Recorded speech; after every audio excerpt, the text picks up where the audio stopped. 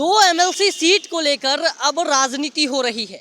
आपको पता है कि दो एमएलसी सीट खाली है और उस पर जो है चुनाव होने हैं।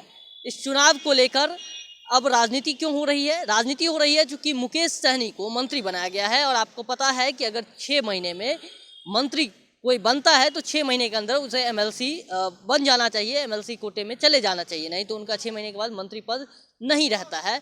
और इस कारण से अब राजनीति हो रही है। आखिर मामला क्या है? मामला है कि जो सुशील कुमार मोदी का पद हुआ है रिक्त और दूसरा विनोद झा का, दोनों पद पर 2 एमएलसी को जाना है।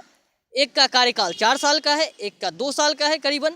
तो इस पर अब राजनीति हो रही है कि मुकेश सहनी कह रहे हैं कि वो 6 साल वाले में जाएंगे, उनको चाहिए मनोनयन वाला, यानी मनोनीत जो किए जाएंगे वो कोटा चाहिए, उसमें वो जाना चाहते हैं, ना कि जो चुनाव वाला है उसमें।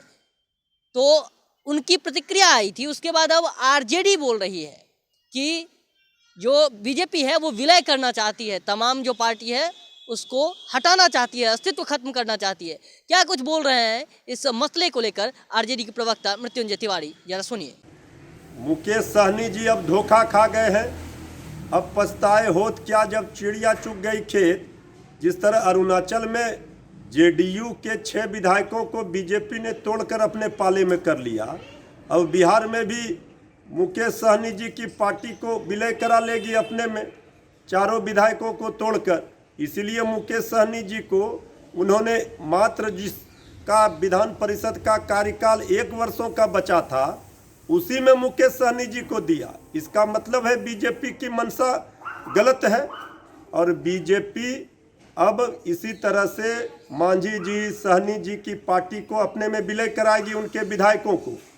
भूपेंद्र यादव जी ने आरजेडी का नाम भले लिया था, लेकिन निशाना उनका कहीं पर निगाह था, कहीं पर निशाना वो जेडीयू और मांझी जी की पार्टी हम और मुकेश सहनी जी की पार्टी वीआईपी के लिए कह रहे थे।